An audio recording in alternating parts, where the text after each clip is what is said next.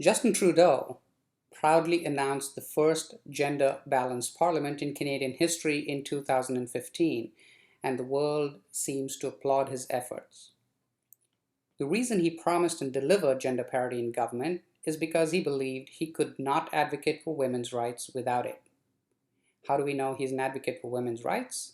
Because he's a self-proclaimed feminist, and advocating for women's rights is what feminism is all about.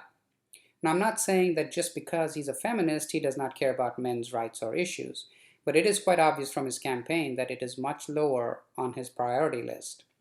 After all, he's not just any feminist, he is the Prime Minister, so even if he does not really care about men's issues, he at least needs to pretend that he does for the sake of political correctness.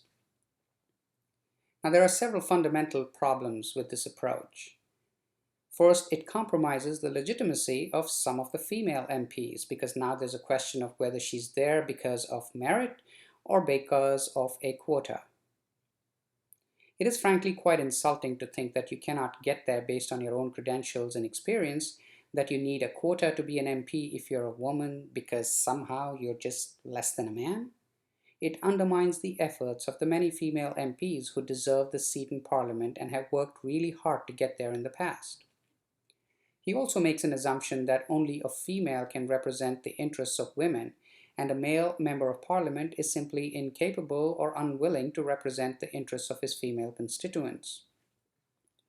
I believe that both men and women are perfectly capable of being fair and compassionate and can empathize with others regardless of gender.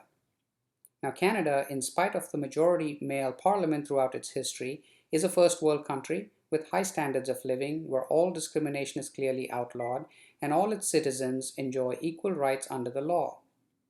This is before Mr. Trudeau took office, and it did not need a gender-balanced parliament to achieve that because the parliament with both men and women enacted common sense laws that protects the rights and interests of their populations. Now, Justin Trudeau, by going out of his way to specifically ensure gender parity in Parliament, has sent a message that women's issues have been ignored in the past simply because they lack equal representation.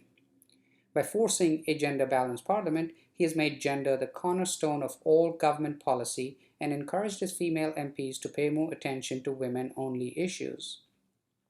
So we end up with half the Parliament dedicated to advocating for female interests, fighting for female causes, increase female representation in industries that are overwhelmingly male, and ensure equal female representation in judiciary, government, education, and healthcare.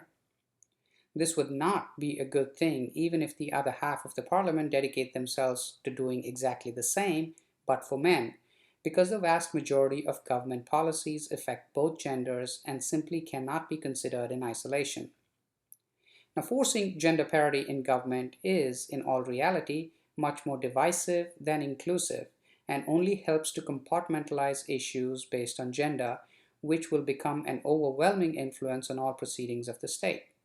Do we really want that? Finally, ensuring gender parity is an attempt to force equal outcome, but it sets a dangerous trend. Even with a gender-balanced parliament, it is still not a reflection of the population demographic of Canada because there are many other ways to classify people. How about the rights of LGBTs? What about Muslims, or vegetarians, or immigrants, or farmers, the handicapped, the diabetics, the middle class, the retired, and so on? You get my point. Why can we just not appreciate a system based on meritocracy?